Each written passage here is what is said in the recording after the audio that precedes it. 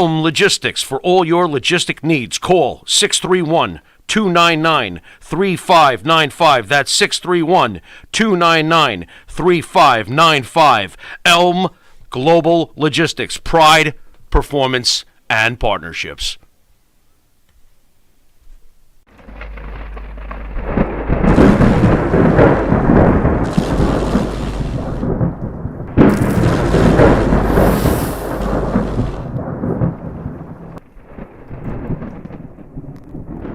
The reason Tegan is on this show is she is on a mission to get the great Matt Borne into the WWE Hall of Fame. Obviously, beyond being Doink the Clown, his career is Hall of Fame worthy. It just so happened that the character Doink the Clown in the WWE, because it's the largest federation, is what most wrestlers are known for, no matter what their gimmick is at the time. And, Jimmy, what are your thoughts on Doink the Clown, Matt Borne against the other Doink the Clowns, whether it be Steve Kern or Ray Apollo, who we've had in studio? Ray Apollo's a great guy, first and foremost. Let me get that out of the way. Doink the Clown, there's only one, and we all know it. And his name is Matt Borne. He was great as Doink the Clown. I find it very ironic that one of the best in-ring wrestlers of his time got pinned with Doink the Clown, but here's the end result. He got it over. He got it over with the crowd. The crowd loved Doink. He should be in the Hall of Fame. It's absolutely ridiculous that he's not. When you think about some of the people that have been put in the Hall of Fame, have you reached out at all to the WWE regarding this? Yeah, so I have been emailing for 4 years. I emailed Sue Atchison, if that name rings a bell. Okay. She did get back to me, but it was like, I don't really know. I can't do anything for you. Like, I'll let you know if someone says anything. I've even called corporate.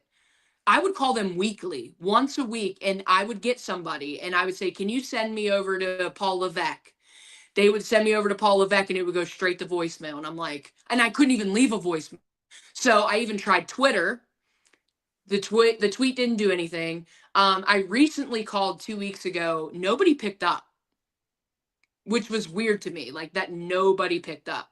So I don't know. I don't know what it is. I mean, I get it. Like if they're butthurt about like how my dad left the WWE and how he got fired and how we did Dark Side. But like, come on, at the end of the day, look at what he's done and look at how great he was. And Vince McMahon gave him this gimmick and he totally made it into something still today that people freak out about. Like at work, if anybody knows what Microsoft Teams is, there is GIFs of my dad in there. GIFs, however you say it. And I'll send it to people because it's hilarious because it looks just like me, just with Doink face on.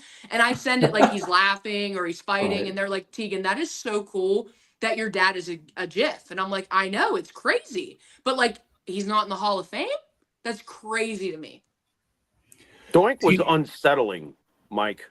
I'm talking as a nerdy fan the Matt Borne character absolutely was unsettling. Doink was very unsettling. He was able to pull off that nefarious clown. He scared the crap out of me, and I think I was like 20-something at the time.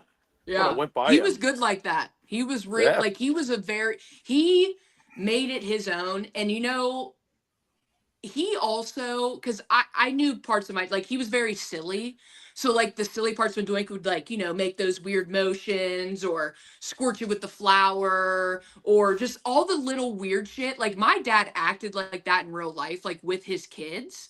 So like that was still parts of him coming out. Like he was obsessed with that character. He practiced talking in the mirror. I know there's a picture I sent you guys of my brother. They painted their own faces. My dad literally taught him how to do it. They did it in the mirror. That's what my dad, like, he was obsessed with it even years after he got fired. Like, it's just sad because he is one of the wrestlers that really, you know, sunk his teeth into it and made it his own and like was obsessed with it and wanted to keep doing it. You know, it sucks. Do you think that the WWE is shy and wants to stay away from wrestlers like Matt Borne, who, of course, you know, there's a lot of speculation about his death and possible foul play. Look, it's the internet. We're just fans. We read these things. Do you think that there was more to your father's, passing yourself, like, personally, or? Absolutely. I mean, I said it in the show. I don't think he OD'd. I know a lot of people are like, well, look at his past. He definitely OD'd. Like, don't be so naive. And I'm, or gullible, or whatever the fuck that they said to me when the show came out. But I honestly think that she did it because he called my mom the day before he died, telling her that he was going to leave Connie. And then the next day he dies. Doesn't make any sense. I mean, come on. Like, it just doesn't. And like the police report in the show, everything that she said, and then they brought the police report up, it was the total opposite. So I just think that the WWE needs to get over the fact that the rumors, it's the internet. Everybody's gonna make shit up. Just like when I aired on Dark Side of the Ring and people were talking shit on me, that doesn't mean that I can't get hired for another job. Like, it just doesn't make any sense. Like, it's 2025. Get over it. Do it because he made it the shit, and humble yourselves and don't take credit for it. Like, he's been gone 12 years. Give him and his family that satisfaction and let them have closure and move on and be proud. And then we'll like just move on with life. I just don't understand why it's so hard. Mike, on top of that, not just the Doink fame that he attained through his career, but to hammer it home, she previously mentioned the Texas Hall of Fame or whatever she remembered being down there for. Mike, are you aware that Matt Borne defeated Kerry Von Erich for the Texas USWA World Heavyweight Championship?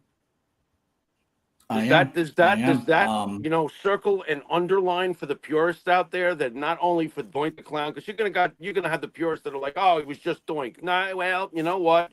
If you look at the body, Jimmy, you can't. I don't think we could also discredit that he was the opening match for WrestleMania, right? Yeah, I mean, of course. I mean the second match. I'm sorry, he wrestled Steamboat, right? So it was the second yeah. match. I think it was I thought it was the opening match. I thought it was the first match. Well, you have with Tito Steamboat. in the execution. I think it was Tito. Yeah, it was Tito against Tito against the mask guy, right? Right. But again, Matt Borne, and remember, I don't think Matt maybe had just started with the WWE right then and there, and that's a big spot to be put in, and he did a great job.